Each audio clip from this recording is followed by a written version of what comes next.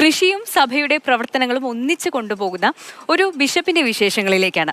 CSI മധ്യ കേരള മഹാ ഇടവക ബിഷപ്പ് മലയിൽ സാബു കോശി ചെറിയാനാണ് ഈ വൈദികനായ കർഷകൻ. മഹാ ഇടവക കൺവെൻഷൻ സ്റ്റാളിൽ എത്തിയാൽ ബിഷപ്പ് വിളയിച്ചെടുത്ത ചേനയും വാങ്ങി നിങ്ങൾക്ക് മടങ്ങാം.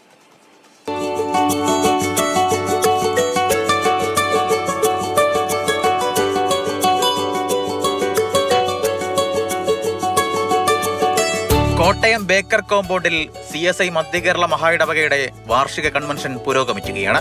ഇതിനൊപ്പം ക്രമീകരിച്ച സ്റ്റാളുകളിൽ ഒരെണ്ണത്തിൽ പൂർണ്ണമായും ചേനയാണ്.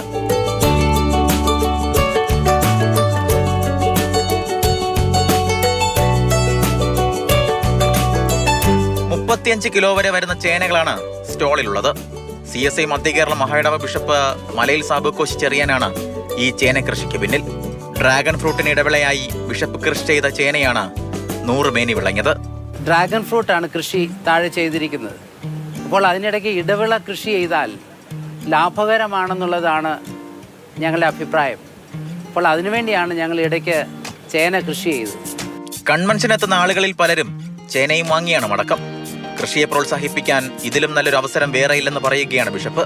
നമ്മളുടെ ലക്ഷ്യം എപ്പോഴും കൃഷി പ്രചരിപ്പിക്കുക എന്നുള്ളതാണ്. അപ്പോൾ അതിനുള്ള മാർഗങ്ങൾ ഏറ്റവും കൂടുതൽ ആളുകൾ വരുന്ന സമയമാണ് കൺവെൻഷൻ്റെ സമയം. അപ്പോൾ ആളുകൾക്ക് നല്ല ഭക്ഷണം നൽകുകയും വേണം. അതിന് ഏറ്റവും നല്ലതാണ് ഈ ചേന. 3 ലക്ഷത്തോളം രൂപ ചേനക്കൃഷിയിൽ നിന്ന് ലഭിക്കുമെന്നാണ് പ്രതീക്ഷ.